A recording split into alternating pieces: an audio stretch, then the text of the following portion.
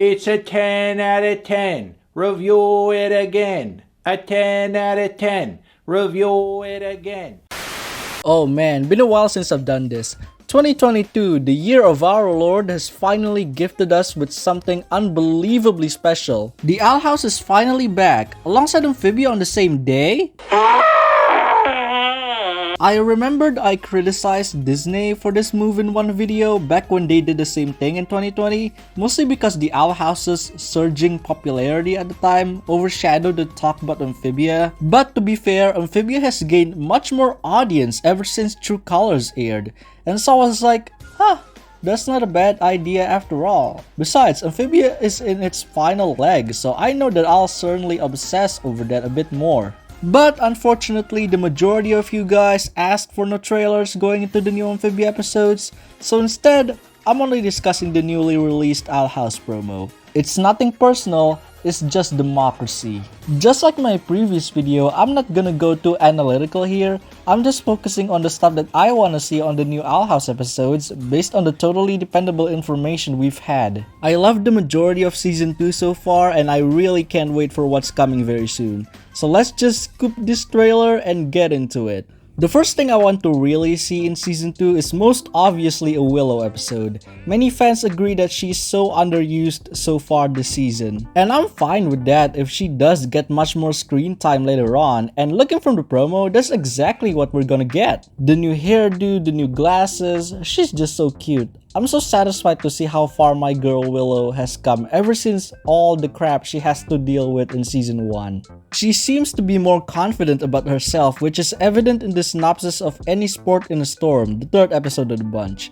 Willow becomes determined to succeed at an exciting new sport. What sport is it really? I don't really know. They encounter some kind of abomination. I'm not sure if the abomination is a part of the sport nor where it comes from. Does it come from these guys that captured Rain? Does Amity bring it up for training? What matters the most though is just exciting to see Willow back, and I wonder how she's doing with Amity, if only, Amity actually comes back to school for once. Speaking of Amity, there's not much of her in this promo, honestly, and I'm not really surprised because she and Luz do tend to steal the spotlight from anyone else so far this season. And that's not to say I don't want more Amity, let's face it, who doesn't want more of her, but for just only several episodes, I prefer her to grab a more supportive role. I really want to see other characters get a time to shine as well. It's fine to have a Lumity moment or two, which is certainly what we're gonna get, but I think their relationship plot should take a break for a moment. That being said, I'm also curious to see how these two will do together since they're officially girlfriends, like maybe a dating episode. That'll be really cute. Also, I'm so sick of people who are already theorizing about their breakup, like geez, give them a break, they were just canon a couple of episodes ago. One more thing, when I'm editing this video, I wrote this part just after Dennis' charity stream and we were treated to more Owl House trivials, some very revealing art, and some new stuff in the upcoming episodes. One that grabbed my attention is the screenshot where Luz and Amity are a bit sad. I don't know why, but I think this solidifies the possibility of a Lumity episode very soon. Okay, that's fine by me. I hope the fandom doesn't fall into the hole of angst after this episode.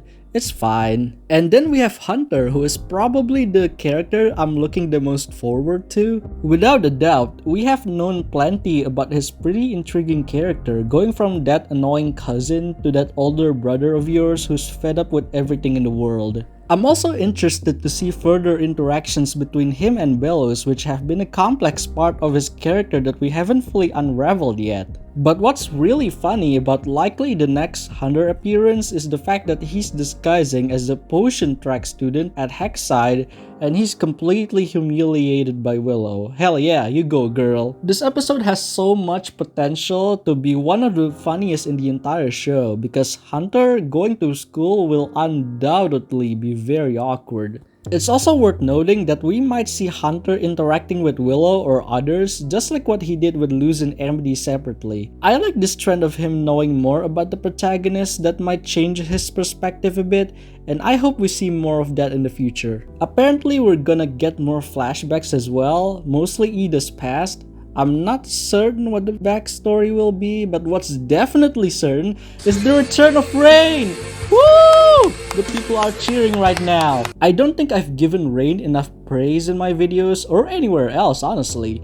During the hiatus, for some unknown reasons, their entire character suddenly really clicked with me. Maybe I had a tiny Rain x Ida bias, maybe Dana's gorgeous art of both of them totally sold me on this relationship. I have no idea, Rain is just so cool, I want to see more of them immediately. I'm just so hyped for this reunion, I really like their chemistry together. I also want to see how Rain reacts when she meets Luz and others as well. Either way, Rain supremacy forever, baby. But of course, it has to be Bellows who ruins everything for his dumb Unity Day. I gotta say, so far I haven't really been all that invested in Bellows. Again, I don't know why, maybe his whole mysterious and eerie vibe just doesn't click with me yet. Or maybe his face reveal, which god, you didn't have to do that. And oh my god, is he being possessed by the core? Man, if the core transformed Marcy into a really unsettling figure, I wonder how it'll change Bellows. Now that's popcorn worthy for me. I hope that we get more insight into his character so that I find him a bit more compelling. There's another screenshot that shows him and Luz arguing in a hallway full of ancient portraits that may give us some information about Bellows' past. I think the Lilith episode where they're going on a time travel to find more about Philip Witterbane on something called Deathwardian Blusters will also suffice for that. And yeah, I'm happy they didn't just brush Lilith off. I was scared that we only get to meet her again nearing the end of the season, but thankfully that's not the case. But mostly the reason why I want Lilith back is of course the amazing friendship between her and Hootie. And last but not least, we have King. Oh, and Luz as well, how could I even forget about the main freaking character. King's search for his long-lost family and cult will surely be exciting, not only for his character but also the world building and the history of the Boiling Isles. It's always refreshing to see something new, but I hope they don't overdo it to the point where it becomes too convoluted. And Luz, what the hell are you wearing? That is an abomination. I'm sorry.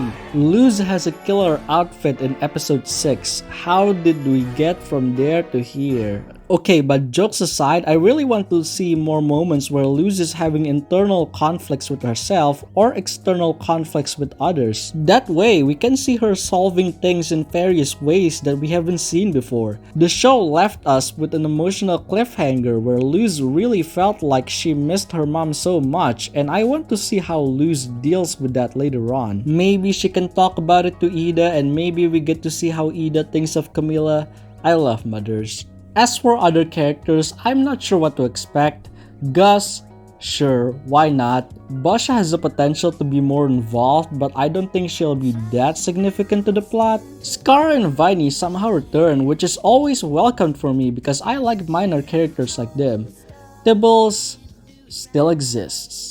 Hootie, I actually don't know what Hootie will do, nor with the rest of the Blight family who don't appear in the promo. Then there's Kikimora. I really like to see the continuation of her rivalry with Hunter this season. And finally, we have a peek of the new character that looks like Ina, but it's actually not Ina.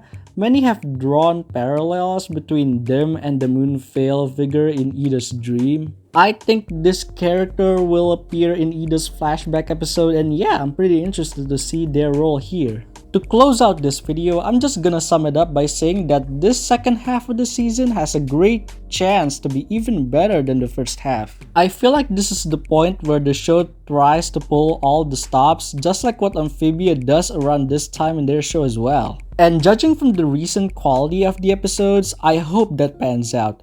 I hope that Dana and the writer's ambition finally reaches an incredible payoff as we're nearing the end of the series. And what makes this experience even better is again the double delight of having Amphibia being released pretty much at the same time as the Owl House. Being able to talk about two of my favorite things is just such a treat for me, and it's a shame when you consider that this might be the last time that we can have such a thing. Therefore, let's cherish these final moments as best as possible before these shows come to an end.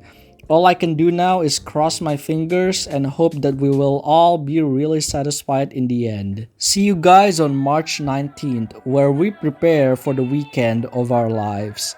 Peace out.